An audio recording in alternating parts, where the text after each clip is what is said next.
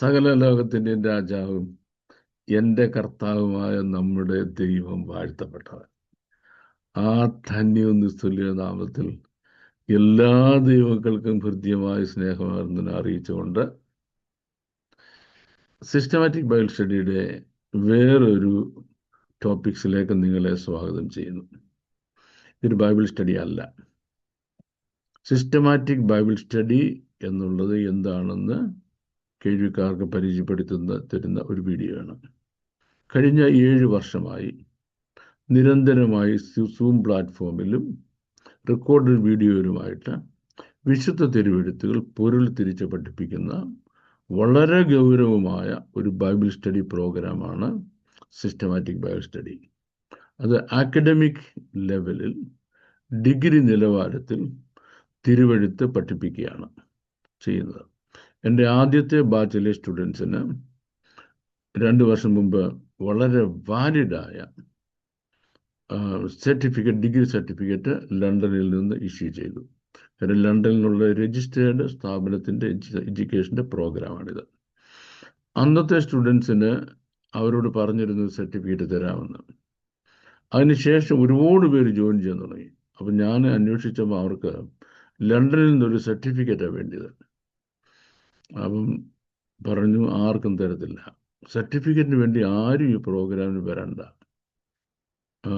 കാരണം ലണ്ടനിൽ നിന്നൊരു സർട്ടിഫിക്കറ്റ് എന്ന് പറയുമ്പോൾ ആൾക്കാരെ ആവശ്യമില്ലാതെ പ്രൗഡാക്കിക്കും. ഒരു കുഴപ്പമെന്ന് പറഞ്ഞാലേ, മനുഷ്യൻ്റെ മുൻപാകെ വലുതെന്ന് തോന്നുന്നതൊക്കെ ദൈവ മുൻപാകെ അറപ്പാകുന്നതാണ്. അങ്ങനെ നിങ്ങളെ പ്രൗഡാക്കുന്ന ഒന്നും ചെയ്യേണ്ട ആവശ്യം എനിക്കില്ല. സോ പിന്നെ പറഞ്ഞ ആർക്കും സർട്ടിഫിക്കറ്റ് തരത്തില്ലെന്ന്. ഓഫറിലില്ല ഇപ്പോഴും.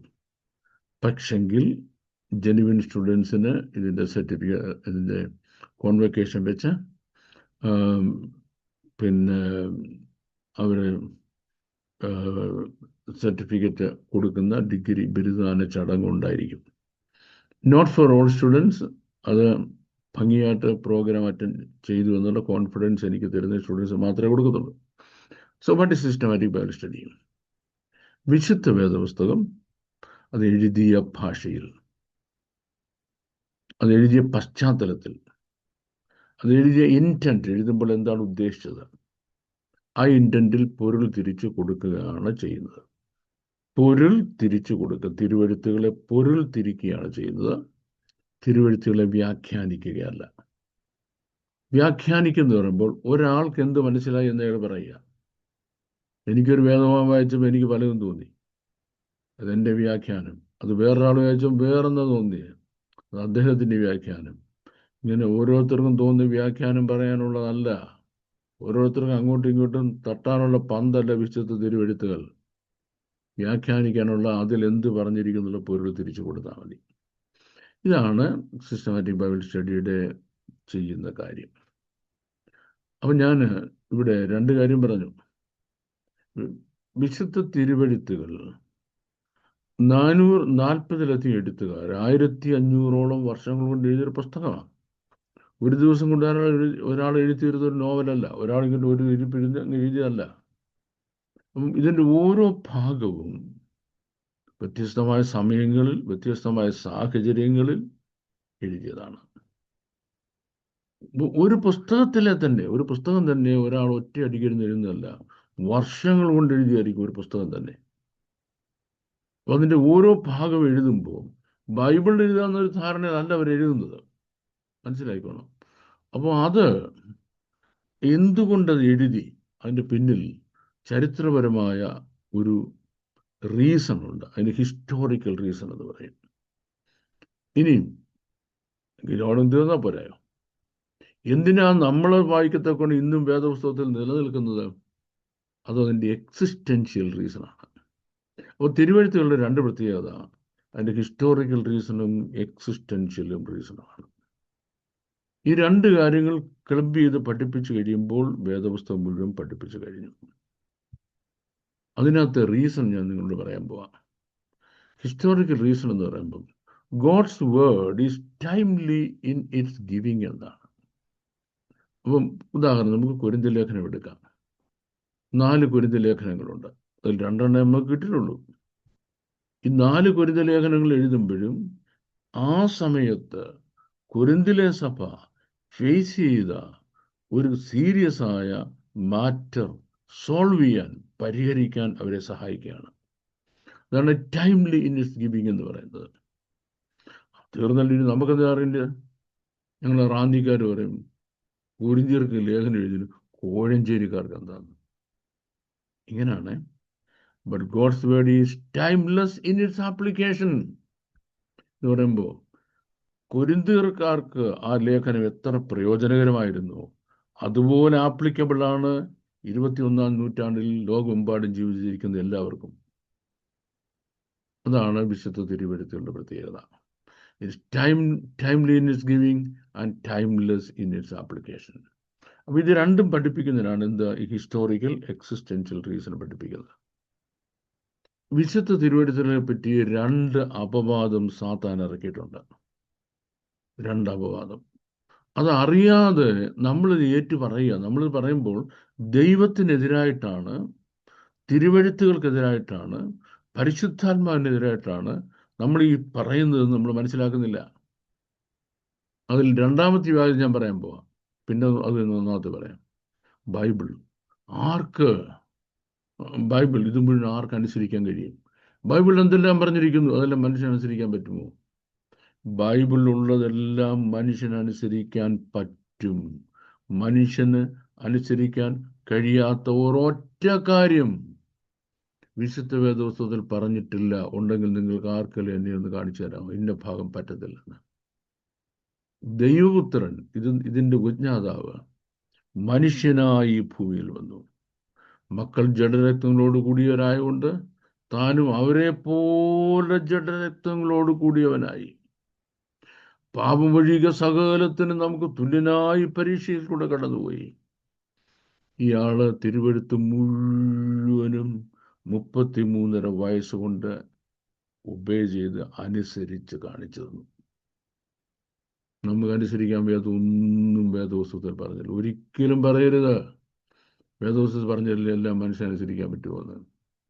ഇനി മാത്രമല്ല, നമുക്ക് കഴിയത്തില്ലെന്ന് തോന്നുന്ന കാര്യങ്ങൾ നമ്മളെ കൊണ്ട് സാധിപ്പിക്കുന്നതിന് തൻ്റെ പരിശുദ്ധാത്മാവിനെ നമുക്ക് നമ്മുടെ അകത്ത് തന്നിരിക്കുക, കൂടെ തന്നിരിക്കുക. എന്തിനാ തന്നിരിക്കുന്നത്?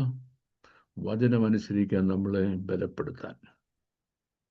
അപ്പം ഇതൊരു കാര്യം ശ്രദ്ധിച്ചോണം. 2, തിരുവെഴുത്ത് ആർക്ക് പഠിച്ചു തീർക്കാൻ കഴിയും? കടൽ പോലെ കിടക്കുന്ന ആർക്ക് പഠിച്ചു തീർക്കാൻ കഴിയും? അത് വിശുദ്ധ തിരുവെഴുത്തിനെതിരായിട്ടുള്ള ഒരു വ്യാജ പരാമർശമാണ്. നിങ്ങൾ എൻ്റെ ഈ ലെക്ചർ കേട്ടിട്ട് തീരുമാനിക്കുന്നു ഒരിക്കലും ഇങ്ങനെ പറയത്തില്ലെന്ന്. കാരണം തിരുവെഴുത്ത് നമ്മെ രക്ഷയിലേക്ക് നയിക്കാനും നമ്മളെ ന്യായം വിധിക്കുന്നതിനുമാണ്. ഒരു ന്യായവിധി സമൂഹം നിൽക്കുമ്പോൾ ഒരുത്തം പറയാ, ഇതെല്ലാം കടൽ പോലെ എഴുതിയിട്ടു, ഇതെല്ലാം പഠിച്ച ഒരാൾക്ക് ഭംഗിയായിട്ട് ജീവിക്കാൻ പറ്റുമോ? ശരിയാ. എൻ്റെ 10, 60, 70, 80 വർഷത്തെ ജീവിതത്തിൽ പഠിച്ചു തീർക്കാൻ പറ്റാത്തതാണ്, അതുപോലെ കടലാണിതെങ്കിൽ ഇത് വെച്ച് ന്യായം വിധിക്കാൻ പറ്റുമോ? ഇപ്പോൾ 10ാം ക്ലാസ്സിലെ പിള്ളേർക്ക് ഇംഗ്ലീഷിനൊരു 100 പുസ്തകം കിട്ടും. ഈ 100 പുസ്തകത്തിൽ നിന്ന് ക്വസ്റ്റ്യൻസ് എടുത്തിട്ടു കുഞ്ഞുങ്ങൾ പഠിച്ചു തീർക്കാൻ പറ്റുമോ? പറ്റത്തില്ല. 2, ഈ ഭൂമിയിൽ നമ്മൾ അനുസരിക്കാനുള്ള കാര്യങ്ങളെ വേദപുസ്തകം ചുമ്മാ വായിച്ചിട്ട് പോകാനല്ല, അനുസരിക്കാനാ. അനുസരിച്ച് തീർക്കാൻ കഴിയുന്നതിനപ്പുറം ഇതിനകത്ത് തന്നു കഴിഞ്ഞാൽ അനുസരിക്കാത്തതിന് നമ്മളല്ല ഉത്തരവാദി. അപ്പോൾ അങ്ങനെ ഒരു പുസ്തകം ദൈവം നമുക്ക് തരത്തില്ല, തന്നിട്ടില്ല. വേദപുസ്തകത്തിൻ്റെ നിജസ്ഥിതി ഉണ്ടല്ലോ, വേദപുസ്തകത്തിൻ്റെ നിജസ്ഥിതിക്കെതിരായിട്ടുള്ള സാത്താൻ ഇറക്കുന്ന 2 അപവാദമാണിത്. ഓരോന്നും അനുസരിക്കാൻ, അതൊക്കെ അനുസരിക്കാൻ ആർക്ക് കഴിയും? ബൈബിളിൽ എന്തെല്ലാം പറഞ്ഞിരിക്കുന്നതിൽ ആർക്കെല്ലാം അനുസരിക്കാൻ പറ്റുമോ? ബൈബിൾ മുഴുവൻ പഠിച്ചു തീർക്കാൻ പറ്റുമോ? അത് വേദശാസ്ത്ര ലോകം വിശുദ്ധ തിരുവെഴുത്തുകൾക്കെതിരായി ഇറക്കിയിരിക്കുന്ന, സാത്താനിൽ നിന്ന് മേടിച്ച് ഇറക്കിയിരിക്കുന്ന അപവാദമാണ്. സാത്താൻ കൊടുത്ത അപവാദം ഇവരെ മേടിക്കുകയും ചെയ്തു. എന്തുവാ? വേദപുസ്തകം കടലാണ്, ആർക്ക് പഠിച്ചു തീർക്കാൻ കഴിയും? 3 വർഷം കൊണ്ട് ഉൽപ്പത്തി മുതൽ വെളിപ്പാട് വരെ എല്ലാ ഭാഗങ്ങളും എഴുതിയിരിക്കുന്ന പശ്ചാത്തലത്തിൽ പഠിപ്പിച്ച് തീർക്കുന്ന ഒരു യുണീക്ക് പ്രോഗ്രാമാണ് സിസ്റ്റമാറ്റിക് ബൈബിൾ സ്റ്റഡി. അത് ക്രിസ്ത്യൻസ് എലീറ്റ് എന്ന വലിയ പ്ലാറ്റ്ഫോമിൽ നടക്കുന്ന ഒരു പ്രോഗ്രാമാണ്. അപ്പം ഇതിൽ പ്രധാനപ്പെട്ട ഒരു കാര്യമാണ്. ഇതിൻ്റെ ഒരു മെത്തഡോളജി ഉണ്ട്, പഠിപ്പിക്കുന്ന രീതി. ഞാൻ ഈ പറഞ്ഞ കാര്യം ഓർത്തിരുന്നുണ്ട്. ഒരിക്കലും പറയരുത് വേദവസം പഠിപ്പിച്ച് തീരാൻ ഒക്കത്തില്ലെന്നും വേദവസം മുഴുവൻ അനുസരിക്കാൻ ഒക്കത്തില്ലെന്നും. മെത്തഡോളജി എന്ന് പറയുമ്പം നമ്മൾക്ക് ഏത് കാര്യത്തിനും അനുകരിക്കാൻ, ഫോളോ ചെയ്യാൻ കൊള്ളാവുന്ന നമ്മുടെ വാഴ്ത്തപ്പെട്ട കർത്താവാണ്. നമ്മുടെ വാഴ്ത്തപ്പെട്ട കർത്താവിനെ പോലെ അനുകരിക്കാൻ കൊള്ളാവുന്ന വേറെ ആരുമില്ല. കർത്താവ് പറഞ്ഞത് you follow me, follow me, follow me. ശിഷ്യന്മാരോട് പറഞ്ഞ് എന്നെ അനുഗമിക്കുക, എൻ്റെ പിന്നാലെ വരിക. അപ്പോൾ നമ്മൾ വേദവസ്തം പഠിക്കുന്നതിനും പഠിപ്പിക്കുന്നതിനും നമ്മുടെ മുമ്പുള്ള മാതൃക നമ്മുടെ വാഴ്ത്തപ്പെട്ട കർത്താവാണ്. നമ്മുടെ വാഴ്ത്തപ്പെട്ട കർത്താവാണ് ഏറ്റവും നല്ല ബൈബിൾ അധ്യാപകൻ. കർത്താവ് എങ്ങനെയാണ് പഠിപ്പിച്ചത്? കർത്താവ് പഠിപ്പിക്കുമ്പോൾ കർത്താവ് 4 കാര്യങ്ങൾ ചോദിച്ചു. ആ ബേസിലാണ് പഠിപ്പിക്കുന്നത്. ഒന്നാമത്തെ കാര്യം, തിരുവെഴുത്തെന്ത് പറയുന്നു, വേദശാസ്ത്രികൾ എന്ത് പറയുന്നു എന്നുള്ളതല്ല. കർത്താവിൻ്റെ കാലത്ത് 2 വലിയ തിയോളജിക്കൽ ഇൻസ്റ്റിറ്റ്യൂഷൻസ് ഉണ്ട് ഇവിടെ യെരുശലേമിൽ. ഷമ്മിയായുടെ കോളേജും ഗമലിയേലിൻ്റെ കോളേജും. ഇവിടെ വലിയ വേദശാസ്ത്രിമാരുണ്ട്. അവർ വ്യാഖ്യാനിച്ച പുസ്തകങ്ങൾ എഴുതിയും വ്യാഖ്യാന ശാസ്ത്രം ഇറക്കുകയും ചെയ്യുക. അവരെന്ത് പറയുന്നു കർത്താവ് മൈൻഡ് ചെയ്യാൻ പോയില്ല. തിരുവെഴുത്ത് എന്ത് പറയുന്നു. 2, ആദിയിൽ എങ്ങനെയായിരുന്നു. ഇപ്പൊ കുറെ പുതിയ ഡെവലപ്മെന്റ് ഉണ്ടായിട്ടുണ്ട്. ആദിയിൽ എങ്ങനായിരുന്നു. 3, അവിടെ എന്ത് എഴുതിയിരിക്കുന്നു എന്ന് പറഞ്ഞാൽ അക്ഷരത്തിന്, അതിൻ്റെ ചില്ലക്ഷരങ്ങൾക്ക് കുത്തിനും കോമായിക്കും വരെ അർത്ഥമുള്ള ഒരു ഭാഷയാണ് ഹീബ്രു. അപ്പോൾ അവിടെ എന്ത് എഴുതിയിരിക്കുന്നു. 3, നീ എന്ത് വായിക്കുന്നു, നിനക്കെന്ത് മനസ്സിലായെന്നല്ല. ഒരുത്തന്നെ വേദവസ്തം വായിച്ചപ്പോൾ അതിൽ പറഞ്ഞിരിക്കുന്ന നേരെ ഓപ്പോസിറ്റാണ് മനസ്സിലായത്. അവൻ്റെ കുഴപ്പം. അത് ആളുകളെ പഠിപ്പിക്കരുത്. ആദാമിനോട് ദൈവം ഏത് തോട്ടത്തിൽ വെച്ച് തോട്ടത്തിൻ്റെ നടുക്കുന്നുള്ള വൃക്ഷത്തിൻ്റെ ഫലം കാണിച്ചിട്ട് ഇത് തിന്നുന്ന നാളിൽ നീ മരിക്കുമെന്ന് പറയുന്നു. തിന്നുന്ന നാളിൽ നീ മരിക്കും. അവർ 2 പേരും പഴം തിന്നു. വീണ്ടും 10,000 വർഷം ജീവിച്ചിരുന്നു. അന്ന് മരിച്ചില്ല തീർച്ചയായിട്ടും. ഇനി അതിനെപ്പറ്റി നമ്മൾ പറയുന്നത് എന്തുവാ? ആദാം 1000 വർഷം ജീവിച്ചിരുന്നില്ല. 1000 വർഷം ആകുമ്പോഴേ ഒരു ദിവസം ആകത്തുള്ളൂ. ശരി, അപ്പൊ അന്ന് മരിച്ചു. വേറെ അല്ല, ആത്മീയമായി മരിച്ചു. തിന്നുന്ന നാളിൽ നീ ആത്മീയമായി മരിക്കും ദൈവം പറഞ്ഞില്ലല്ലോ. ദൈവം പറയാത്ത കാര്യം ദൈവത്തിന് വിരോധമായിട്ട് പറയാൻ നിന്നൊക്കെ ആരാ അനുവാദം തന്നത്? അതാ വേദശാസ്ത്രത്തിന്റെ, വ്യാഖ്യാന ശാസ്ത്രത്തിന്റെ പ്രത്യേകത. ആ വാക്യം എടുത്ത് വ്യാഖ്യാനിച്ചു. ഞാനിത് വ്യാഖ്യാനിക്കാറില്ല, പൊരുൾ തിരിച്ചു പറഞ്ഞു കൊടുക്കും. അവിടെ എഴുതിയ ഭാഷയിൽ അങ്ങനെ പറഞ്ഞിട്ടില്ല. എഴുതിയ ഭാഷയിൽ ബൈബിൾ പഠിച്ചില്ലെങ്കിൽ ഉണ്ടാകുന്ന വേറൊരു ദോഷം ഞാൻ പറയാം. വേദപുസ്തകത്തിന്റെ നിജസ്ഥിതിയെപ്പറ്റി ഒരാൾ ചോദ്യം ചെയ്യുമ്പോൾ നിങ്ങൾക്ക് മറുപടി പറയാൻ കഴിയത്തില്ല. ഇപ്പൊ ഇസ്ലാമിക ലോകം വേദപുസ്തകത്തിന് എതിരായിട്ടുള്ള വെള്ളികളുടെ മുമ്പിൽ നമ്മുടെ വേദശാസ്ത്രികളും നമ്മുടെ താർക്കികന്മാരും നിന്ന് പരുങ്ങുക. അവർ ചോദിക്കുന്നു, നിങ്ങളുടെ ബൈബിളിൽ എഴുതിയിട്ടുണ്ടോ നീ എൻ്റെ പുത്രൻ, ഇന്ന് ഞാൻ നിന്നെ ജനിപ്പിച്ചിരിക്കുന്നു എന്ന് ഉണ്ട് എന്ന് പറഞ്ഞാൽ പിതാവ് പുത്രനോട് പറയുന്നു, ഞാൻ നിന്നെ ജനിപ്പിക്കുകയാണെന്ന്. അപ്പോൾ പുത്രൻ സൃഷ്ടാവല്ല, സൃഷ്ടിയാണ്, എല്ലിയോ എന്ന് ചോദിക്കുമ്പോൾ നമുക്ക് മറുപടിയില്ല. നമ്മളുടെ കുഞ്ഞുങ്ങൾ സ്കൂളുകളിലും യൂണിവേഴ്സിറ്റികളിലും ചെല്ലുമ്പം മുസ്ലിം സ്റ്റുഡൻസ് വന്ന് ഫ്രണ്ട്ഷിപ്പ് പിടിച്ചിട്ട് ചോദിക്കുക, ഇങ്ങനെ ബൈബിളിലെ ഓരോ കാര്യങ്ങളിലും 10 കാര്യങ്ങൾ ചോദിക്കുമ്പോൾ അവർക്ക് മറുപടി ഇല്ലെങ്കിൽ വേദപുസ്തകം തെറ്റാണെന്ന് അവർക്ക് പിന്നെ സമ്മതിക്കാതിരിക്കാൻ പറ്റത്തില്ല. ഇങ്ങനെ 100 കണക്കിന് 1000 നമ്മുടെ കുഞ്ഞുങ്ങൾ വിശ്വാസം വിട്ടു പോയിക്കൊണ്ടിരിക്കുക. നേരെ മറിച്ച് നമ്മൾ തിരുവെഴുത്തുകൾ എഴുതിയ ഭാഷയിൽ വായിച്ചാലോ, ഹയോം എല്ലദ്ധിക്ക എന്ന് ദൈവം പറയുന്നിടത്ത് ഞാൻ നിന്നെ ജനിപ്പിച്ചു എന്ന അർത്ഥമേ അല്ല, അങ്ങനെ അല്ല പറഞ്ഞിരിക്കുന്നത്. ഇസ്ലാമിക ലോകം ഉയർത്തുന്ന മുഴുവൻ വെല്ലുവിളികളും അർത്ഥശങ്കയ്ക്കിടയില്ലാതെ നമ്മുടെ ഒരു കുഞ്ഞിനെ തിരിച്ച് പറഞ്ഞ് അവരുടെ ചോദ്യങ്ങൾ മടക്കാൻ കഴിയും. എങ്ങനെയാണെങ്കിൽ വിശുദ്ധ തിരുവെഴുത്തിൽ എഴുതിയ ഭാഷയിൽ എന്താ പറഞ്ഞിരിക്കുന്നത് അറിയാമെങ്കിൽ. അതാ സിസ്റ്റമാറ്റിക് ബൈബിൾ സ്റ്റഡി ചെയ്യുന്നത്. അപ്പം മനുഷ്യൻ എന്തതിനെ പറ്റി പറയുന്നു എന്നുള്ളതല്ല, മറിച്ച് തിരുവെഴുത്ത് എന്ത് പറയുന്നു എന്നുള്ളതാണ്. ഇതിന് നമ്മൾ ജെനിസിസ്, എറ്റിമോളജി, മൊറാലിറ്റി, ഡെസ്റ്റിനി എന്ന് പറയും. ഒരു ഭാഗം വായിച്ചാൽ ഒന്ന്, ആദിയിൽ എങ്ങനെയായിരുന്നു ജെനിസസ്. രണ്ട്, എറ്റിമോളജി, അതിൻ്റെ അർത്ഥം എന്താ, പറഞ്ഞിരിക്കുന്ന വാക്കുകളുടെ അർത്ഥം എന്താണ്. മൂന്ന്, മൊറാലിറ്റി, അവിടെ ഇൻവോൾവ് ആയിരിക്കുന്ന മോറൽ സ്പിരിച്വൽ ഇഷ്യൂസ് എന്തൊക്കെയാണ്. നാല്, ഡെസ്റ്റിനി, ഇതെങ്ങോട്ട് നമ്മളെ കൊണ്ടുപോകുന്നത്, ഇത് പഠിച്ച് എവിടെ പോവുക. ഒരു വേദഭാഗം വായിച്ചു കഴിയുമ്പോൾ, പഠിച്ചു കഴിയുമ്പോൾ അത് നമ്മൾക്കൊരു മാർഗദർശിയാണ്. ഇനി നീ ഇങ്ങനെ ചെയ്യണം, ഇങ്ങനെ പറയണം, ഇങ്ങനെ പ്രവർത്തിക്കണം, ഇങ്ങനെ സഞ്ചരിക്കണം, ഈ ദിശയിൽ പോകണം. ഈ ദിശാബോധമാണ് വേദപുസ്തകത്തിൻ്റെ ഓരോ ഭാഗങ്ങളും നമുക്ക് നൽകുന്നത്. ഡെസ്റ്റിനി. ഈ 4 ഭാഗങ്ങൾ പൊരുൾ തിരിച്ച് പഠിപ്പിക്കുന്നതാണ് വിശുദ്ധ വേദപുസ്തകം പഠിപ്പിക്കുന്നതാണ് സിസ്റ്റമാറ്റിക് ബൈബിൾ സ്റ്റഡി എന്ന് പറയുന്നത്. ഓക്കെ, ഇനി ഇത് ഒരു സൂം ക്ലാസ് പ്ലസ് പിന്നെ വീഡിയോ ക്ലാസ് ആണെന്ന് പറഞ്ഞു. എന്ന് പറയുമ്പം ഓരോ ഭാഗവും വായിച്ച എൻ്റെ ഹിസ്റ്റോറിക്കൽ ആൻഡ് എക്സിസ്റ്റൻഷ്യൽ റീസൺ, എൻ്റെ ഒറിജിനൽ ഭാഷയിൽ നിന്ന്, കോണ്ടെക്സ്റ്റിൽ നിന്ന് പൊരുൾ തിരിച്ച് അത് മുഴുവൻ വീഡിയോ ആക്കി നിങ്ങൾക്ക് എത്തിക്കുകയാണ്. അപ്പോൾ നിങ്ങൾക്കുള്ള ഗുണം എന്താ, ഒരാഴ്ചയിൽ 3 വീഡിയോ കിട്ടും മിനിമം.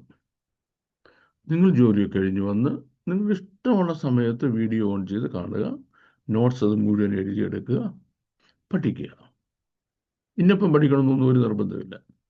ചില ഒരു മാസം വരെ പല കാര്യങ്ങൾക്ക് പോയിട്ട് ക്ലാസ് അറ്റൻഡ് ചെയ്യത്തില്ല.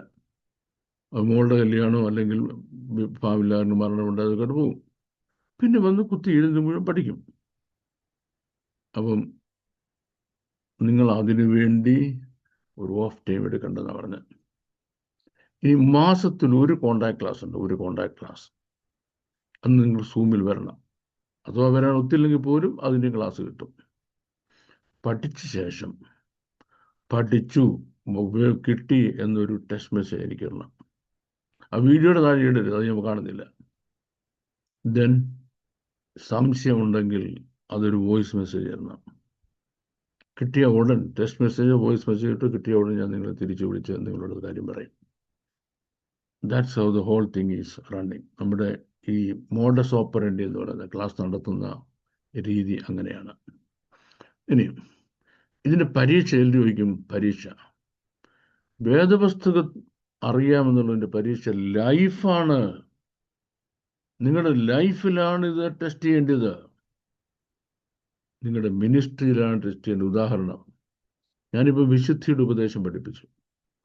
അത് കഴിയുമ്പോൾ ഞാൻ പരീക്ഷ ഇട്ടു. നിങ്ങൾ ഒരു 4 പേജ് വിശുദ്ധ ഉപദേശം ഗംഭീര ആൻസർ എഴുതുന്നു, ഉഗ്രൻ ആൻസറാണ്. അത് കഴിഞ്ഞ് ബീഡിയും പഠിച്ചുകൊണ്ട് വഴി നടക്കുക. നല്ല ഗുണമുണ്ട് വിശുദ്ധ ഉപദേശത്തെ പറ്റി ആൻസർ എഴുതിയിട്ട്.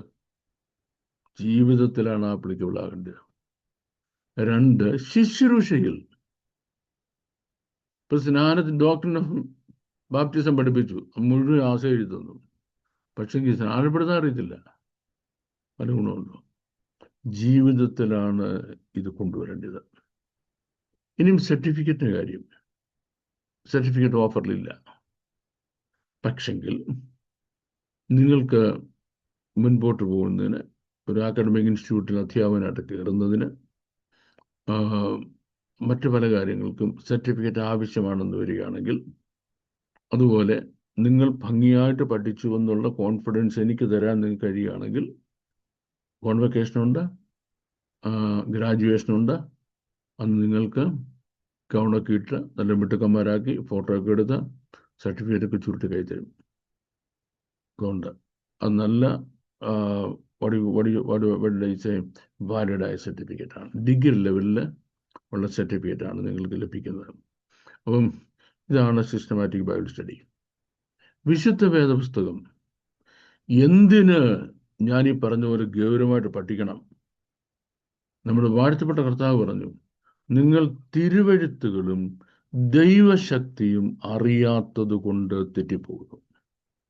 നമ്മൾ ക്രിസ്തീയ ലോകത്തെ ആകെ എടുക്കാതെ പെൻഡക്കോസ്റ്റ് വേൾഡിനെ മാത്രം എടുത്താൽ അവിടെ കാണുന്നത് ലോകമനുഷ്യരിൽ ജാതികളുടെ ഇടയിൽ കാണാത്ത വൃത്തികേടുകളാണ്. ഒരു കഷ്ണം കോഴിക്കാലിന് വേണ്ടി പാസ്റ്റർമാർ തമ്മിൽ പള്ളിക്കകത്ത് അടികൂടുക എന്ന് പറയുന്ന, ചീത്ത വിളിക്കുന്നത് ഞാൻ ആലോചിച്ച് നോക്കി.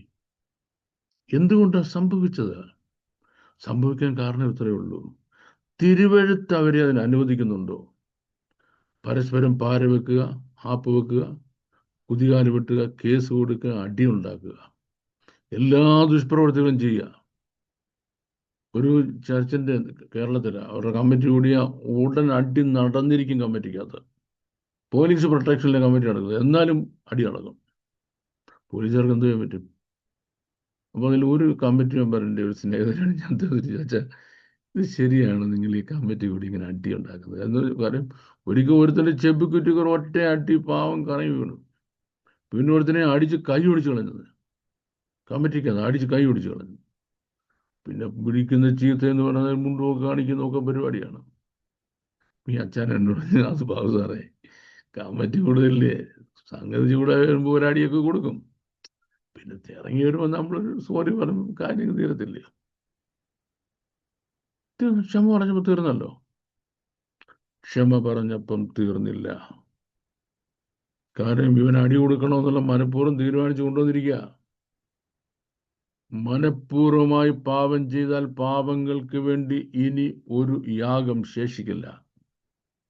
ദൈവം ക്ഷമിക്കാത്ത പാപങ്ങൾ എന്നൊരു ലിസ്റ്റ് കിടപ്പുണ്ട് ബൈബിൾ. പുതിയ നിയമത്തിലെ കാര്യം, പഴയ നിയമത്തിലെ കാര്യം അല്ല പറയുന്നത്. അതിലൊന്നായത്. അപ്പം തിരുവെഴുത്തുകൾ അറിയാത്തത് കൊണ്ട് ലീഡർഷിപ്പ് തെറ്റിപ്പോകുന്നു. പക്ഷെ അവർക്ക് നല്ലോണം പ്രസംഗിക്കാൻ അറിയാം. ഒരു വേദഭാഗം എടുത്ത് വായിച്ചിട്ട് 3 ചിന്തകൾ ചില ചിന്തകൾ അതിനോട് ചേർത്ത് ഞാൻ പറയാൻ ആഗ്രഹിക്കുകയാണ്. വരുന്നവർക്ക് തെറ്റെന്ന് അറിയാമോ? നീ അവൻ്റെ വചനത്തോട് കൂട്ടരുത്. വേദപുസ്തകത്തിൻ്റെ വാക്യം വായിച്ചാൽ നിന്റെ ചിന്തകൾ അതിനോട് ചേർത്ത് പറയാൻ തിരുവെഴുത്ത് ദൈവം അനുവദിക്കുന്നില്ല. മറിച്ച് തിരുവെഴുത്തെന്ത് പറയും നീ പറഞ്ഞാൽ മതി. അത് പഠിച്ചിട്ടില്ല. പഠിച്ച മുഴുവൻ വേദശാസ്ത്രമാണ്, അത് ബൈബിളല്ല. തിയോളജി എന്ന് പറയുന്ന ബൈബിളല്ല. വേദപുസ്തകത്തെ പറ്റി മറ്റുള്ളവർ എഴുതിയ അഭിപ്രായങ്ങളാണ്. വേദപുസ്തകത്തിൻ്റെ ഓരോ ഭാഗങ്ങളെ പറ്റി, ഓരോ പുസ്തകത്തെ പറ്റി മറ്റുള്ളവർ എഴുതിയ അഭിപ്രായങ്ങളും അതിനെപ്പറ്റി എഴുതിയ അഭിപ്രായങ്ങളുമാണ്. വേദപുസ്തകമല്ല. അപ്പോൾ പുസ്തകം പഠിക്കാത്തുള്ള കുഴപ്പം എന്തുവാ? തിരുവെഴുത്തുകൾ അറിയുന്നില്ല. നിങ്ങൾ തിരുവെഴുത്തുകളും ദൈവശക്തിയും അറിയാത്തത് കൊണ്ട് തെറ്റിപ്പോകുന്നു.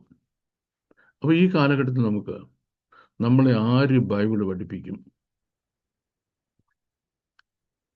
തള്ളി പോയിരുന്ന അവിടെ ബഹളവും ചാട്ടവും കാര്യങ്ങളെല്ലാം കഴിഞ്ഞ് അരമണിക്കൂറോ 20 മിനിറ്റോ 45 മിനിറ്റോ പ്രസംഗം ഉണ്ടെന്നുണ്ടെങ്കിൽ ഒരു വാക്യം വായിച്ച് പ്രസംഗിച്ചു. ഒരു പ്രസംഗമാണ് കേട്ടത്.